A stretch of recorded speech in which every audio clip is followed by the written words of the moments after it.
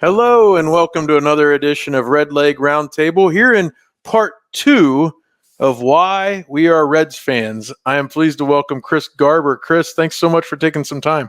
My pleasure.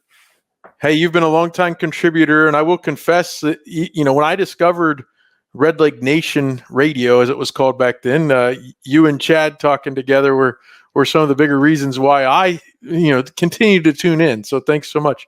Well, I'm glad to hear it. It was a lot of fun to do. Yeah, and certainly when you're back on with Chad again, it's must listen podcast, whatever radio, whatever we're calling it. We're doing this because certainly leading up to the hiring of Terry Francona, there was a lot of angst after this season, fair to say, and part of that is because we had such high expectations. I would say at the end of 2022, we probably didn't really feel nearly as negatively as we kind of do pre-Terry Francona. So I wanted to get some people together and talk about, hey, why is it we're Reds fans? What we're not really special. I mean, there's people in Cleveland who claim they've suffered the most and all that, because of their Browns and whatnot. But here we are, we're Reds fans. No playoff series win since 1995. No World Series since 1990. Why? Why do we care? Hey, you put it like that. That's a great question.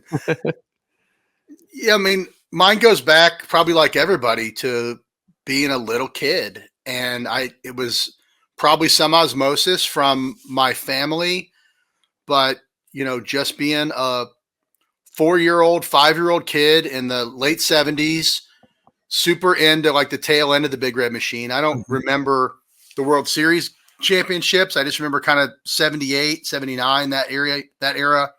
But I mean, I knew the entire, not just the Reds team, I knew the entire NL West. I could probably list off the batting order and the starting pitchers for any team in that division back then. And I was into it. I'd go to bed and I'd turn my little stereo on and listen to Marty and Joe every night and fall asleep to it and wake up in the morning and see if I could figure out what the score was from the radio or the newspaper. I'm often amazed as we think about it. I'm a little younger than you. I was born in 79. We had such less access back then, but I'm the same as you. I knew all the players. And my son's really into baseball and the Reds now, but it's not the same. Like, he has so many other interests that it's just amazing to me to see he can get on his phone or iPad and find any information. But yet you and I knew more about all of baseball than he probably does today. Yeah, isn't that crazy? I mean, I remember I had this little piece of paper that like my uncle gave me, and I copied his, and I had this little paper taped to my stereo that had all the other AM radio stations that broadcast Major League games within reach. Wow. So if the Reds ended earlier, they were off. I'm tuning the dial to try to get a Cardinals game on KMOX, or to catch Ernie Harwell calling a Tigers game, or maybe a Pirates game, whatever baseball I could get, I was going to squeeze every minute I could out of it. That's awesome. Mine was sporting news. I got sporting news, and certainly you had every box score from the previous week. And so that was kind of, and baseball cards, obviously. That was huge for me. What about, so you mentioned parents or grandparents and things like that, but was the remnants of the Big Red Machine, was that kind of like, even though they weren't winning the World Series, I know they went in 79 to the playoffs. Was it kind of like just because, hey, we're good, was that part of it too? I think so. I mean, I think I knew that they were supposed to be really good. And probably like just about every kid in, the listening radius of WLW, I was a Pete Rose guy. Mm-hmm. I mean, a hardcore fanatic Pete Rose guy. And again, that's not unique. Right. But, trying to get 14 for your T-ball jersey, batting in a stupid crouch, running out everything. I mean, I'll tell you one story, and I may have talked about this before on the podcast, or I mentioned it a little bit in the book, but the first season I remember was 78, and the most vivid memory of that was Pete's hitting streak that he had going, for the better part of that summer. And, it was in the paper every day and in the news, and you counted it down. And I remember like super vividly, I was 5.5. And they had that game. He tied the Willie Keeler's mark for the National League consecutive game streak at 44, and they were playing the Braves in Atlanta. And he went hitless the first 3 turns up, and it worked out that he was going to get to bat again in the 9th inning. And the Braves brought in their closer, who was Gene Garber. Mm-hmm. And Gene Garber struck Pete out with 3 changeups, pretty nasty pitches. I've watched it back a million times. And, the streak's over. We're all Reds fans are kind of crushed by it. But for me, like it really killed me because the guy that did it had my name. Mm-hmm. And I remember like going into my parents' bedroom and like knock on the door and I'm crying. I mean, tears. And they're like, "What's wrong?" And I'm like, blubbering out. Pete lost his hit streak and Gene Garber did it. And I got to change my name. And I'm like going through all the potential last names I can take on, my mom's maiden name. And is there any other relatives? Can I be Chris Smith? Like I was a mess, but yeah, that's how into it I was back then. That's great stuff. Well, you mentioned the Pete Rose crouch. For me, I'm wearing, this is a remake of my Eric Davis t-shirt that I had when I was about 10 years old. I was a lefty batter, but trying to replicate the straight up no coach wanted to see you doing that. The way Eric Davis stood straight up and down, and he had the hands kind of waving like this. Low and waggle. Yeah.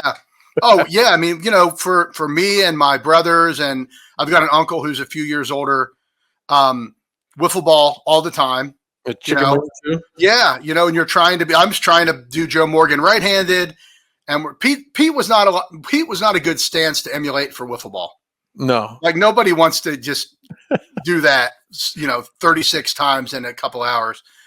But we'd all play the Reds, or we decide we're going to be the Dodgers. And hey, I'm Steve Garvey or Dusty Baker or whatever.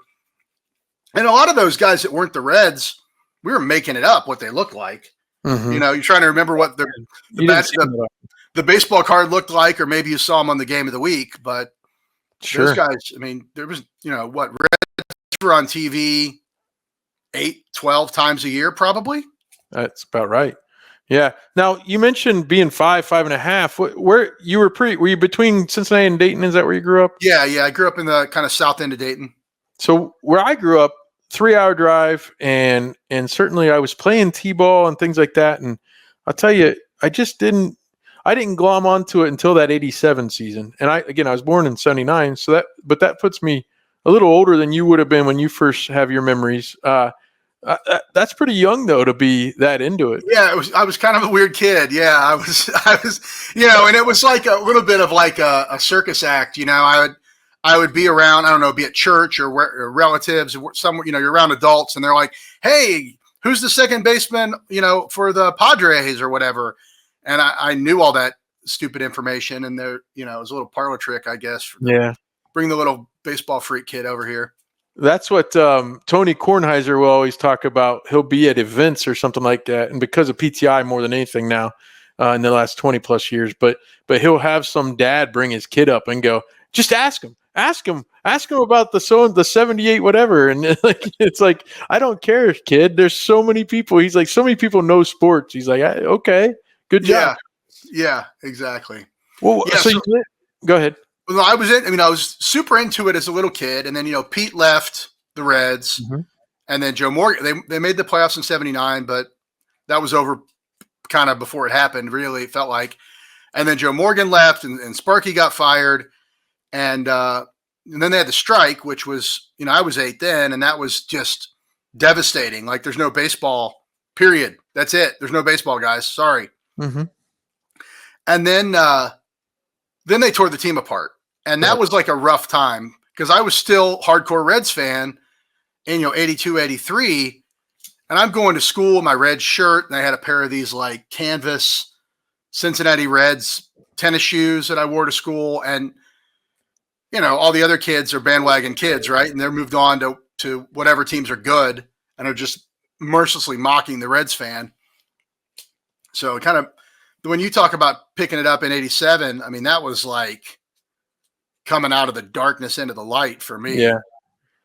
Yeah, it had to be. Well, what about your memory? Because for me, they're just years, I've read a lot about, the Big Red Machine and other things, but But what was it like when Pete left, like for you? Because I've got my memories of trading off guys because we couldn't afford them anymore and how much that stinks. Even going back, I mean, I went into a funk the night they traded Brett Boone. I mean, you know what I mean? Like, Oh, yeah. I was in college and there's this girl and she's like, you gotta shape up here, man. We're going, a group of us were going out to dinner and all this. And I'm just sitting there. I had my Reds hat pulled down over my eyes, just beside myself because they traded Brett Boone. But what was it like when Pete left? Because to me, it's just numbers on hey, he was here, there, and then he went to Philly and all that. I mean, it was devastating because number one, people, free agency was brand new. Mm-hmm. I mean, I guess Tony Perez had left, but that was a little bit before I kind of knew what was going on. And players just didn't change teams that much, not the best players. If you look at the guys who went into the Hall of Fame kind of in the 80s, a good chunk of those guys were on the same team, at least through their prime. So it was, and I don't remember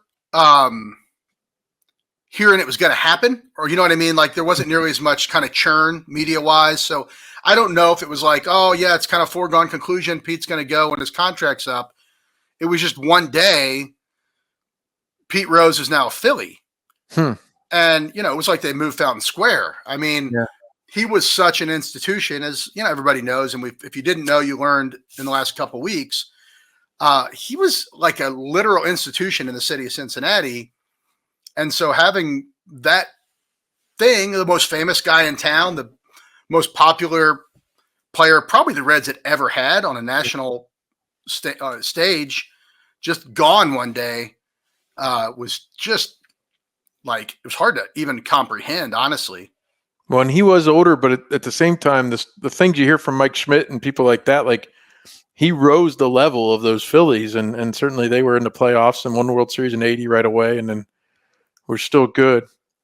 I actually had somebody, I was going to ask you about this. I had somebody the other day tell me he's about my age, and he said, look, I didn't pay attention till 86, 87. Pete was either just the manager by that point or barely playing. And for him, Pete and the Big Red Machine were just kind of stuff he heard about. And he never had like that attachment to Pete that so many people did, like you're talking about yourself. But I said, for me, it was, I heard about baseball and the Reds through my grandparents and my dad and people like that, and especially my grandpa. I mean, it was Charlie Hustle and it was Johnny and the rest of the guys. Like it just seeped into me. So even though I wasn't watching it, like that was baseball to me. And so I did get really broken up a little bit the other day when he passed, Pete, because I know all the bad things, right? I get it, but at the same time, I get what these people felt about him as well, and yourself included, apparently. Yeah, I mean, personally, my kind of Pete Rose journey has been, a long. In college, I took a baseball history class, and we read Michael Sokolov's book, Hustle, and that kind of pulled the curtain back a lot for me. And I was 20 probably, and you kind of, warts and all. There's a lot of warts in that book. So I kind of started, you grow up, right? And you learn, okay, these guys they're human, they're people, and they may not always be nice people that you follow and you watch. And so, my childhood kind of obsession or worship of the guy faded away a long time ago. And then every kind of time he couldn't get out of his own way, or things that he did a long time ago came out and came to light, it was just one more kind of thing. So personally, I totally get it. And I know what he meant to a lot of people who were experienced the Pete Rose thing a lot longer than I did. Right. But kind of, for the last 20 years, I've kind of, I understand who he is. And it reminds me a little bit. I was at Ohio State at the tail end of John Cooper's career there, and I worked for student radio, and then I went to intern at local radio stations. And if you went to interviews and things like that, and you were there waiting on practice to end, and then they'd come in, and some of the things you saw or heard, okay, it's not Lily White anymore, and And then same thing happened when they sent me up to Cleveland to cover a Reds Indians game in 2000. And I'm not going to say the whole thing, but let's just say Ken Griffey Jr. wasn't the most pleasant guy to some people there. So it's kind of like at that point, I'm 20 years old, right? And I'm saying, okay, I need to either decide I'm not going to be a fan anymore because I'm in the media, or I need to be able to have like a divide. And that's what I've kind of done throughout my adult life in journalism or in whatever I'm doing. Yes, I'm an Ohio State fan. Yes, I'm a Reds fan, but there comes a time when you cross that line and now you're not cheering in the press box and things like that. Yeah. But you also just learn about, and some of the stuff maybe you didn't know before that you maybe wish you didn't know. Yeah, 100%. Yeah, and you just kind of get an adult's perspective on it, and you can still cheer for the performance and wish guys well while understanding that they're not any more special than your next door neighbor or the guy down the street or your boss in terms of personality, ethics, honesty, decency. A lot of these guys lead a privileged life, and that can kind of corrupt people sometimes in different ways. All right, we veered off. Let's go. I've kept you a little longer than I said. Let's talk here at the end about your adult life, kind of as a Reds fan. I know from listening to you and reading Twitter and things like that you don't seem to have a problem at all. Obviously, saying, "All right, I'm not really going to watch you guys right now because you're not doing that well, and I just don't have time for it." I know you've got kids in their teenage years as I do, but tell me a little bit about what it's been like these last maybe 10 to 15 years as a Reds fan. I know you moved back to the area as well. Yeah. So I moved. I mean, when I was in the West Coast, kind of in the early 2000s, the first decade, that was fun to follow the Reds. It was hard, right? Because the game started at 4:00 and I'm working at 4:00. So I kind of went on this, like, the journey of 21st century technology is like mirrors my experience as a Reds fan. I remember I got like the first Sirius XM radios, and I had one that like I could take into the office and listen to it at my desk, so I could listen to the games. I got one of the first TiVos, so I could tape the game and watch it when I got home from work. So I followed them a lot. I'd go when they came to San Diego, I'd watch them. I went up to LA. I moved back here, and it was a pretty awesome time for the Reds. Really, I moved back here in 2007. So you got kind of the tail end of the Aaron Harang era and the beginning of the Joey Votto, Brandon Phillips, Jay Bruce era, which is a ton of fun. I loved that. I went down to the playoffs in 2010. 2010. Anyway, maybe 2010 and 2012. Anyway, I got my heart broken a little bit, but it's not as bad when you're pushing 40 as it is when you're pushing 14, right? And then I suffered like everybody else the last 10 years. I got really excited last summer when all the exciting young players came up, and I was pretty amped up for the coming season, like you were saying, and then just got a kick in the stomach when it was evident that this year's team was not going to be what we hoped it was going to be. That is true. I canceled my cable TV, and it's really hard to get Reds games if you got YouTube TV. So I kind of just faded a little bit last year, but I think that's okay. It's an entertainment product, and if they're not entertaining you, you don't have to suffer and sit there to prove something to somebody else. And if somebody wants to call me a bandwagon fan because I'm going to jump back in next year if they're good, well, that's okay. Yeah, no, that's fine. It's and also when you, like with kids, especially it makes it almost impossible sometimes to get home in time to watch the game or to sit down and watch the game. Yeah. But absolutely. I just appreciate so much though that you still bring that wealth of knowledge to it and you still follow it even if you're not watching it. And we'll see what happens with the Bally Sports situation. Maybe it'll be a little easier somehow to get to. I think it might be good for me, even if it's a really bad thing for the organization, revenue wise. I'm optimistic. I might have an independent streaming option next year. Yeah, I I switched internet providers recently, and the guy who came to bury the line, he buried my DirecTV cable. He cut it, I should say. He didn't bury it. He cut it. And it was like one of the first college football weekends, and the Reds were still on. And luckily, with DirecTV, you get the download. You could do the streaming side too, and it's not quite as good, but you can do that. But because Disney and DirecTV had a little spat, I had got the free 21-day preview of YouTube TV. And I'm like, well, the only thing they don't have is Bally's, so I probably can't make this switch. Well, I love the quad box for football to watch all four at once. And then a few weeks later, it comes out that Bally's might not even exist next year for the Reds. So I'm like, well, we'll see. I mean, I'm old school because I like the numbers on my remote. Yeah, I get lost a lot. But other than that, I'm kind of like, well, and it's not even just saving money at that point. It's like I just want access. I want to have what I need. So, all right. Well, hey, Chris, thanks so much for taking the time. We're going to tell a few more stories about why we're Reds fans, but we have a lot to look forward to with Terry Francona, don't you think? Man, this is like the first time in a year plus that I've been excited about being a Reds fan.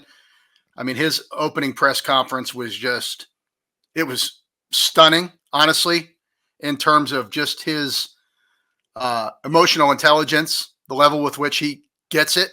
Mm-hmm. And I can completely understand why guys play so well with him as their manager. Yeah, we always talk about whether a manager really makes much of a difference, but if I look at August and September while he was in Cleveland with teams without much more payroll than the Reds have ever had, I see so much more wins and better performances than what we've had lately here. So, all right. Well, Chris, thanks again for joining me. Yeah, my pleasure. Thanks. I am pleased to be joined now by Riverfront host Nate Dotson. Nate, thanks so much for stopping by. Hey, thanks for having me. Thanks for putting this together. This is a fun little idea. I can't wait to see what, some of the other people have to say. Yeah, I guess at the end of the day, we're all just fans, and it's just part of who we are now. And certainly we vary in age a little bit. We talked to Bill Lack. I said, this is the one time I'm not going to make fun of you, Bill, because you actually got to be a part of the Big Red Machine because you're older than us. So there's that. But I know you kind of got your humble beginnings as a Reds fan, partially from, parents, grandparents, things like that. But your older brother really had an effect on you, didn't he? He sure did. I haven't sat down and thought about it in some time. And obviously with this exercise, that gave me a reason to. And like you mentioned, most people seem to have that influence from their father or a grandparent. And my grandfather was apparently a pretty big Reds fan, but unfortunately he passed away before I was born. So I didn't get to share in that. My father was certainly a Reds fan, but I wouldn't call him quite as passionate as the two of us and some other people that we know. So mine really did come down from my oldest brother, Chad, the founder of this whole Riverfront fiasco, for better or worse. Chad is 12 years older than me. So in a lot of ways, it was kind of like having a second father figure growing up. And that's no shade to my dad. I got the best dad in the entire world. I always tell him, if he's not the best, then he's tied for the best. But that age gap certainly allowed Chad to, just be that consummate big brother, and the things that he was passionate about, I found myself really wanting to care about too. Like I wanted to impress my big bro. I wanted to relate to him. And the Reds were the number one way we did that. He had the posters in his room. He was following along online. And I used to study lineups so that I could, try to impress him and his friends and things like that. And I don't know whether I should be thankful that he's done this to me or I should just forever hold a grudge. Yeah, that's the problem. And before Terry Francona was hired, as I started kicking around this idea, that was the topic. It's like we've signed up for this. We keep putting ourselves through this, and yet it doesn't reward us, or it doesn't feel like it rewards us. Although I will say, some of us diehards, especially even going back to the old days of I remember even, not to give him too much credit here, but C. Trent Rosecrans had his kind of blog on the Cincinnati Post website and it was before Twitter even was launched, and you could go in there and communicate with other Reds fans, and you got to know them basically by name. Like, oh, that's so and so, that, and your brother was probably in there, and then I remember even when Twitter was really new, your brother and there's 4 or 5 other people, and Chris Garber is one of them, that I would see on there, and just kind of started following them, and you get to know who they are. Like, I feel like I've known Chad for probably 15 years, and I've only just really started talking to him in person, like on these types of calls, in the last 6 to 10 months. So it's just part of who we are, but it's also kind of a community, isn't it? It has 100% become that. When he first, I had a couple little guest appearances on the podcast, and I wasn't really on Twitter for the longest time. And he asked me if I wanted to help him out a little bit. And it started as an easy yes, because as an excuse to hang out with my brother for at least an hour a week, just to talk about this thing that we love, this thing that tortures us, but we love it.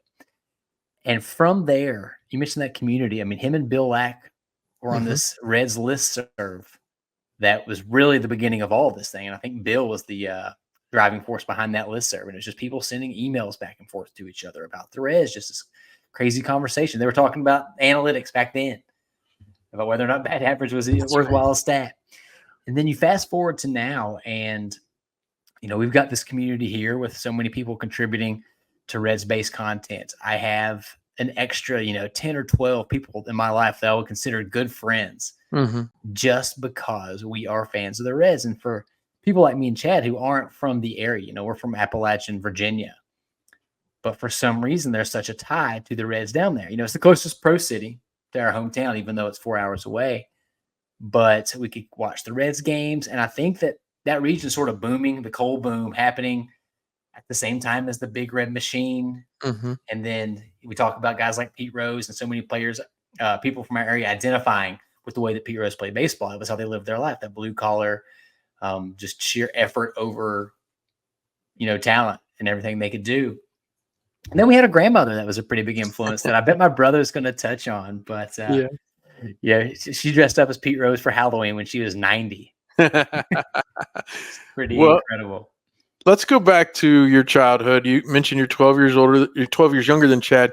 Who was your first favorite Reds player? Your first favorite? Do you recall? The one that I was first, I decided he was going to be my guy was Chris Sabo.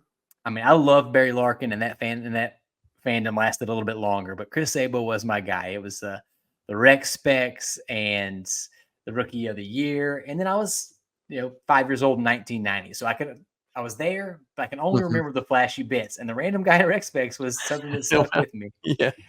The guy that looked like the dog on the Budweiser commercial was pretty easy to remember. And he looked like somebody I'm growing up wanting to be a ball player. We all wanted to be ball players growing up. I looked at Chris Sabo, I'm like, that doesn't look that much different than me. I might be able to pull that off.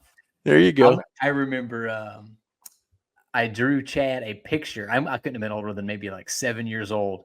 And I don't know if he was going to college or starting a job or what it was, but I drew him a picture of Chris Sabo. It was a stick figure with goggles and just a bunch of squiggly lines that I said it was him swinging really hard. And I think Chad still has that framed in his office. That's really cool. What are your first memories of going to Riverfront Stadium? My goodness. So if you want to talk about me being a Reds fan, it's all about those trips. Being from a little tiny town of 3,000 people, our family trips to Cincinnati were the highlight of my year. We would try to go to at least one game or one series a year and then go up for a handful of Sunday day games, just drive up and then drive back. I don't know that I can place a first one because it was just been happening as long as I can remember. Yeah. But one very specific one is we got there and they used to let you in so early that you could watch all the batting practice and everything. And I remember getting a ball and then running down, and I must have got 11 or 13 different autographs on that thing. And I think we rode to the game in the bed of my dad's truck, which I don't even think is legal now, but we were just laying on a mattress in the bed of a truck. And there was nothing like coming down the interstate and you turn in a corner and then there's a little mountain there. And as you turn the corner, the city skyline comes into view. Uh-huh. And that was something that we look forward to. If the kids were asleep, mom and dad would wake us up and say, "Hey, we're almost there. You gotta get ready." And that little view is something that brought joy into my life like none other. Now, are you saying you rode 3.5, 4 hours in the bed of a truck? Mm-hmm. Oh yeah. Oh, wow. Oh yeah. Multiple times. That is amazing. I'm from Appalachia. I am from the southeastern Ohio, the little sliver. I got college grant money because of being from Appalachia, so I can help claim that with you. I remember back of the truck rides, like from the ball field to the Dairy Queen, and maybe from a friend's house into town, but not 3.5 hours. That's something else. Sometimes I guess mom needed the car and dad needed to get us to the ball game. So That is great. That is great. Now you talked a little bit about how, like, I mean, shoot, I've heard you talk about other of your brothers that were Braves fans, right? Mhm. Or at least one. And then some people don't even glom on to being at that big a fan, even though you're in the same family. My 13-year-old lives and dies with Ohio State Reds and Bengals the way I do. And my youngest, I mean, I don't, and you could say he's still only 9, but my oldest cared so much at age 5 versus this guy. He's just, well, when are we going to get some pretzels or something at the game, like a soft pretzel? What do you think? There's nothing wrong with either way, right? You can be a big fan or not. It's up to each person. But like, I can't imagine living my life any other way. No, it's just been this ever present, this constant thing in my life. And it's been baseball specifically has been such a connector for me at different points in my life. Now, this is a particularly interesting question because so we're recording this in the middle of October. The end of January, I'm expecting my first child. And I have to, at least do my best as a parent to make her a Reds fan. Yes. Which I apologize in advance. But, I had to do this. She does too. But I lived overseas for a while, and baseball was this thing that I would get up first thing in the morning. There's a 12-hour time difference, and I would be talking to my friends about what happened in the baseball world the day before as they were getting ready to go to bed.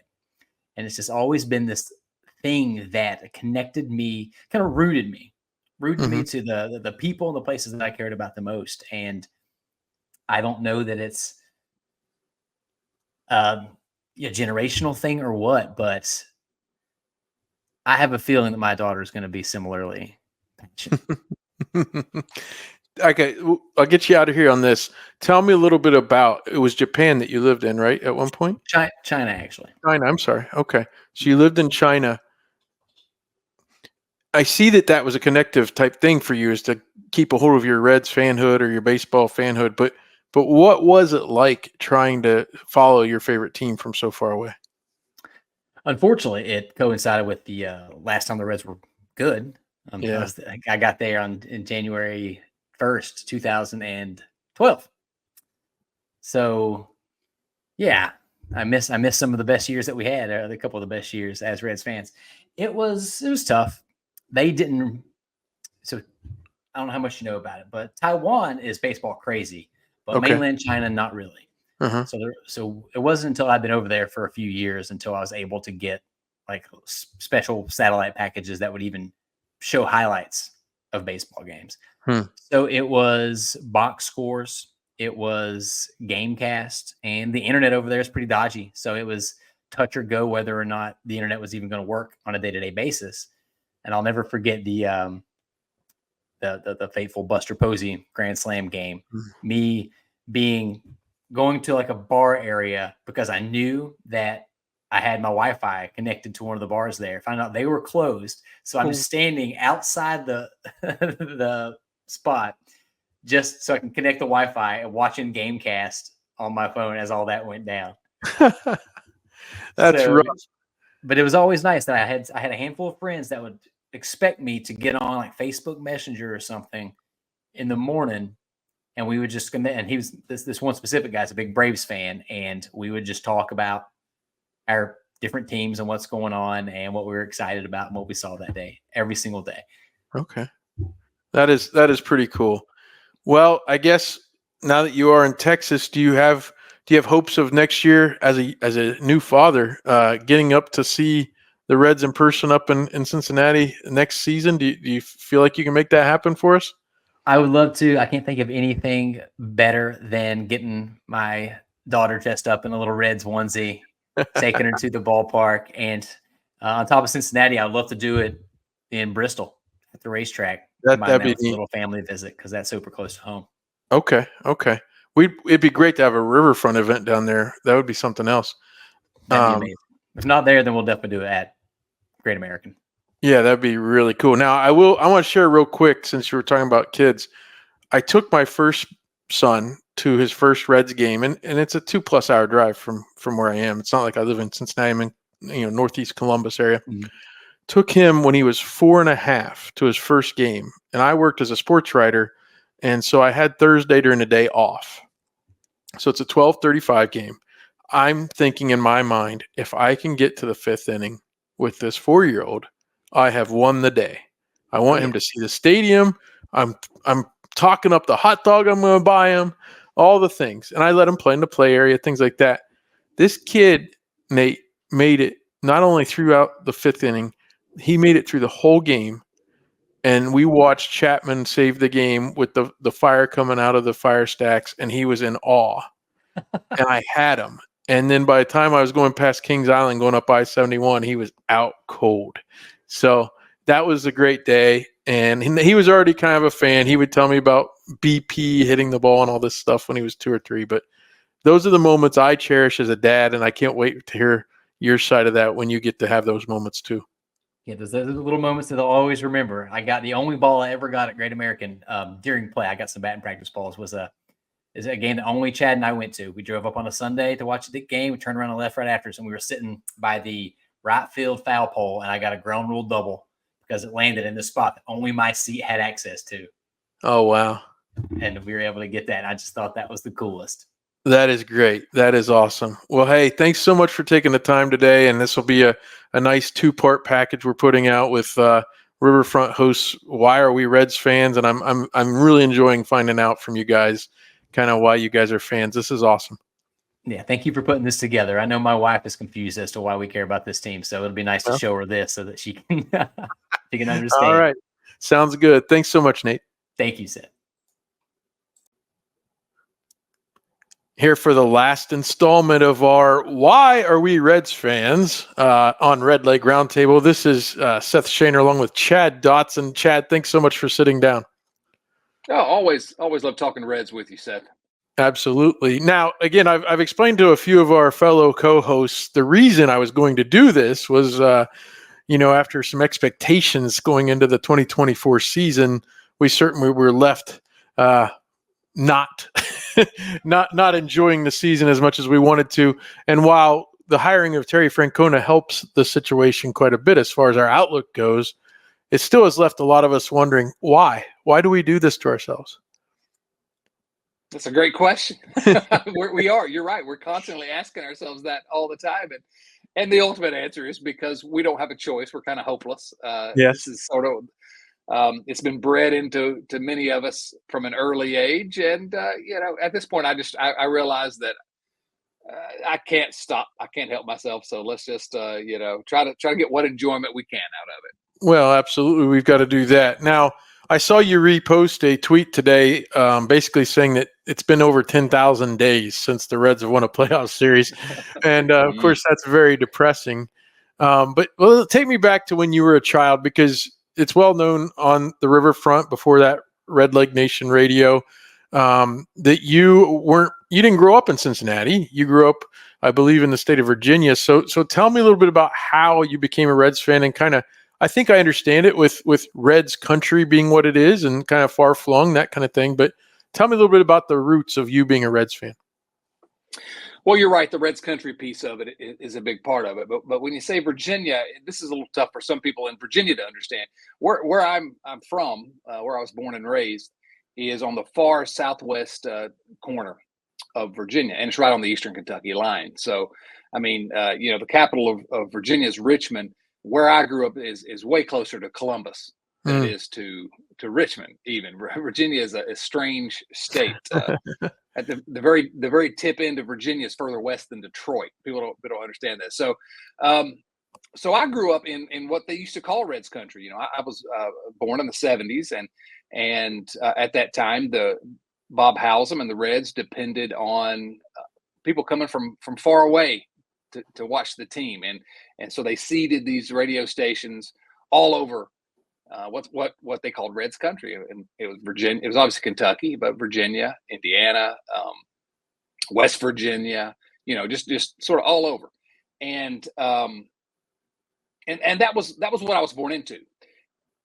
By which I mean that growing up, everyone around me was talking Reds all the time. It was the hometown team. I mean, you know, there was this legendary story when Pete Rose came to speak at a banquet for a high school baseball team at a local high school before my time. And so that's what I grew up with people telling me how great Johnny Bench was and how great Joe Morgan was and how great Pete was. Obviously, you heard a lot of that. But everyone around were Reds fans. And so we felt like we were in the area. We would, you know, it was a 3.5 hour drive to Cincinnati, so it was manageable. We'd go every year, and if not more than once a year. So that's sort of how I came upon this obsession. My grandfather was a Reds fan. My dad was a Reds fan. It was just natural. Everyone, the whole family were Reds fans. It was our team.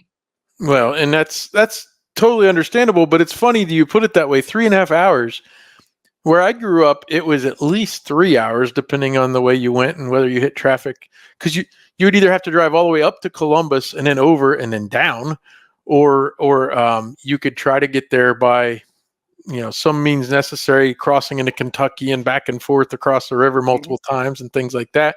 And so it's always amazing to me. I grew up in Ohio, but I was barely closer than you were to Cincinnati. Well, you know, I saw those T-shirts that they were wearing a couple weeks ago. Cincinnati is in Kentucky, and I want to get one made that says Cincinnati's in Virginia, because I mean we're, you know, Tennessee or Indiana, exactly. So yeah, and I think that was smart marketing of the Reds, obviously, at the time to market to that wider region, because especially given that radio broadcast was the way most people consumed the games at that time. If you weren't actually at the game. And these little radio stations all over.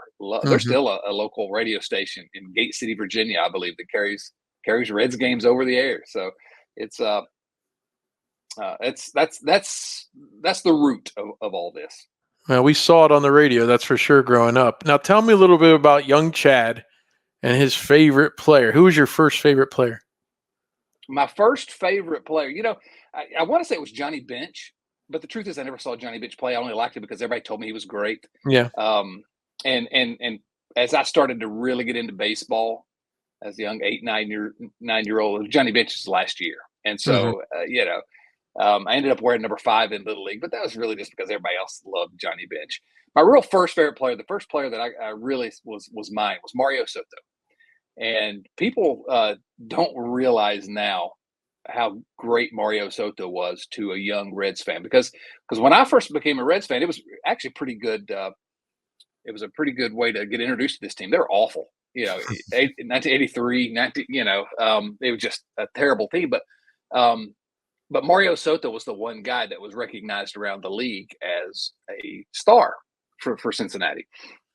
And so I just sort of became obsessed with Mario Soto. I still have almost all of his baseball cards. I got to get the last few. I don't have them all yet. I almost have my collection complete. But I'll never forget my parents for Christmas. They got me a subscription to the Sporting News. If anybody remembers the Sporting News, and I loved when that thing came every week. And one week it showed up in our mailbox, and Mario Soto was on the cover with Joaquin Andujar of the Cardinals. But I thought, what is going on? One of our guys is on the Sporting News, and I'm just telling you, as a kid, that was probably 85, I would guess, 84, 85. So, you know, I was a preteen, and just I thought that was the coolest thing ever. So that was the guy. There've been a lot of favorite guys over the years, but Mario Soto was really the first one.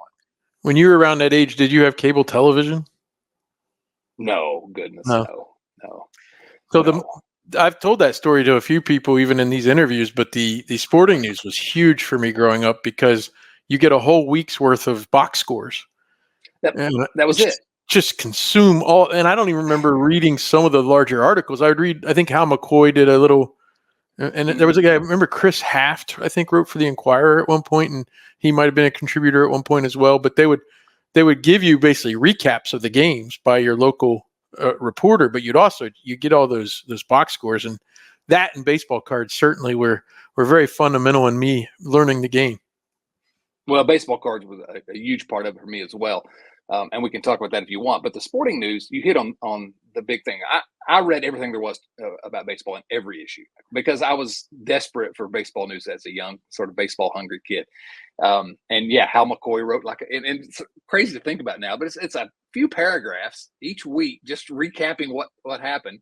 And the kids today would just think that's the most ridiculous thing ever. You live in the Stone Age, isn't it? I guess it's true, but and in some cases, it's 5 days old or 6 days. It's none of it's new news. Yeah, exactly. But the amount of time I would sit poring over those box scores, because you're right, they printed every box score from the previous week, and you would sit. But I couldn't watch the games. Now, it was fun to sort of look at the ones where I'd listen to the game on the radio, because we did listen to a lot of games on the radio. It was always on in the background. I always say it was the soundtrack to our childhood. It was always on. We were out playing wiffle ball in the front yard, and Marty and Joe were on the radio sitting on a porch. But going back and look at those box scores was just it was thrilling at the time, and not just the Reds box scores. Although I looked at every Reds box scores, but looking at the leaderboards around the league. Oh yeah, and then so you learn who the good players are on other teams, and then you add the baseball card collecting into it. So you're trying to collect cards of these guys, and I got a Darryl Strawberry or whatever, I know I saw he's leading in home runs this week. So I don't know. It really was a fun time. I remember specifically the year Carlos Delgado came on the scene, and I'm a little younger than you. So whatever, 89, 90 around in there, and 91. And he had like 8 home runs the first 2 weeks of the season. And so in April, it just looks like this huge gap of Carlos Delgado. And then he was a catcher for the Blue Jays when he first came up. The baseball cards, that is a good place to go too, because my first time getting baseball cards, I've told a few folks this. It wasn't until 1987, when I was about 7 or 8 years old, that I started really following the Reds and caring. And I went to a little gas station down at the foot of the hill from the church where we went to, and I was given $1, and I walk in there and I said, well, I can get this pack of baseball cards. I never even thought about that before. That'd be cool. And then a candy bar or whatever. And I opened up, it was one of those league leaders. Remember the smaller Topps cards? It was a pack of those, and Dave Parker in the 87 with the wood grain around it. And I knew Eric Davis. I didn't know very many other players yet at that point, but I thought, I got a Reds player. This is cool. I'm going to do this more. And now my wife's mad at me for all the baseball cards I have here in the house. But how about you? What was it like for you growing up with baseball cards? So it was interesting. That was the prize when we went out and we behaved ourselves. We went to the store or something with mom and dad. We'd get a pack of baseball cards, and for Christmas, we would get usually a box of Topps baseball cards. It's the most amazing thing ever. But I also think back about my grandmother. And my grandmother was a huge baseball fan, just a gigantic baseball fan, and a big Red Machine fan. And she really got me and my brother into collecting cards, because she collected with us. She had her own personal collection, and we would trade. And she made me promise years and years ago. Rest in peace. She passed away. It's been 4 years ago now. But she made me promise way back when that when Pete Rose got in the Hall of Fame that I'd take her. Of course, it never happened. But for her 90th birthday, she dressed, or 90th for Halloween, her 90th year, she dressed up as Pete Rose, and got a picture of her with her walker, and she was just she's who I dedicated the book to. Just incredible. But the story goes, though, early on, she took my brother and I to the county fair one year. And so we're walking around the fair, and she sees lay on the ground a Dave Concepcion baseball card. And she goes, oh my, we're not going, and it had been trampled on. It was, it's not exactly a Jim Mint 10 here. I'm not sending that one in to be graded, but she picked it up and sort of smoothed it out and kept it in her own collection because she loved Dave Concepcion. And so it was, I think about that often when I, with my son, who's grown up now, but he and I started a project of collecting every baseball card, Reds team set, Topps team set, from the base set, from the first year I was born all the way up to current day. I thought that'd be a fun way to collect with him, and he kind of got away from it as he got a little bit older. But we still have those sets, so they're current. One of my friends, he was really big into baseball cards when we were younger, but he didn't really have the affection for the game itself. He loved playing as little leaguers and even up to high school, but he just didn't really root for anybody. But he loved collecting the cards at the time.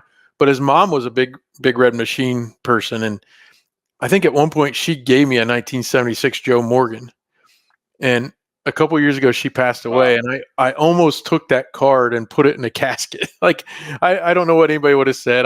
I didn't go ahead and do it. It's up in a drawer, actually, just upstairs. But that kind of connection, you can always have that kind of. I want to show you this. Can you see it there?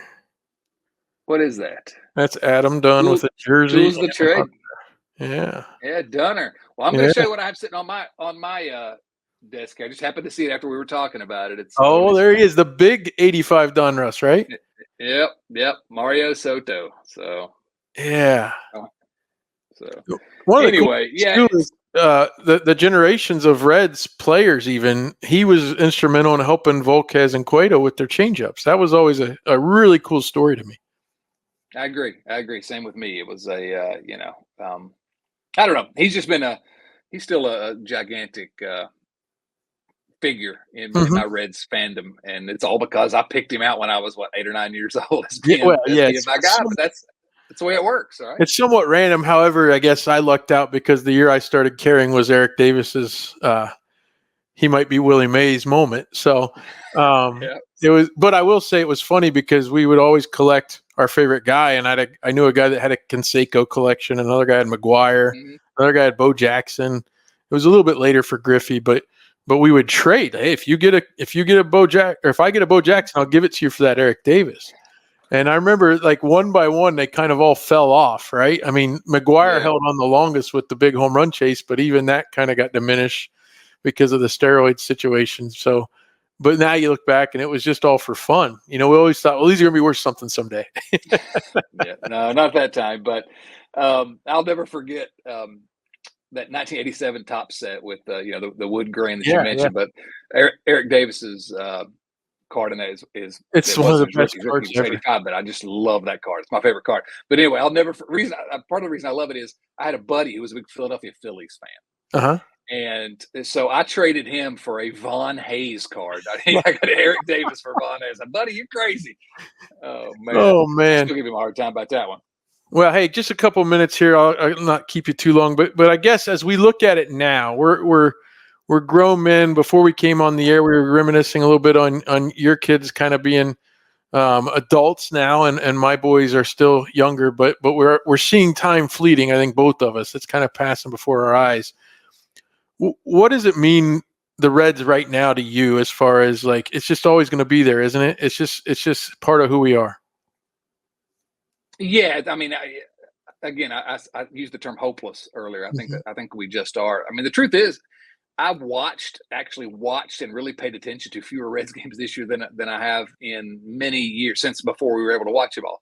But they were always on. I mean, I always had them on in the background if I was doing other things. They're always on the television. Or if I'm in the car, I flip on the game. So it's just at this point, it's been such an integral part of my life for so long. I hate to say this, but where am I going to go? They're my team, and they're gonna always be my team, I guess, for better or for worse. Well, I don't want to spoil it because this is coming after the Chris Garber interview, but he said the same thing. I said, who knew that Bill was actually right? That's why it hurt so much when he said, where you're going to go, is because we looked around and we said, oh man, I don't want him to be right, but he is. Yeah. Oh yeah, he was right. And it's sad, but it is what it is. Whatever. I've accepted it. Well, one more quick thought out of you, I guess. Terry Francona, what are your hopes? What are your expectations? I mean, I guess it'll be more interesting starting next year. Yeah, I mean, I guess my expectations are that this is the big acquisition of the offseason, which is frustrating. I hope that's not the case, but the fact of the matter is, it's a good hire. I'm happy with it. I mean, I have no notes. If you could have told me they could go out and get Terry Francona, I wouldn't have believed you, and I would have said that's a great idea. So you gotta give kudos when they're deserved, and I think it's a great hire.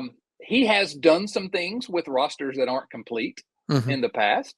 He's going to have that in Cincinnati. If the recent past is any indication, the Reds aren't good about filling those last holes.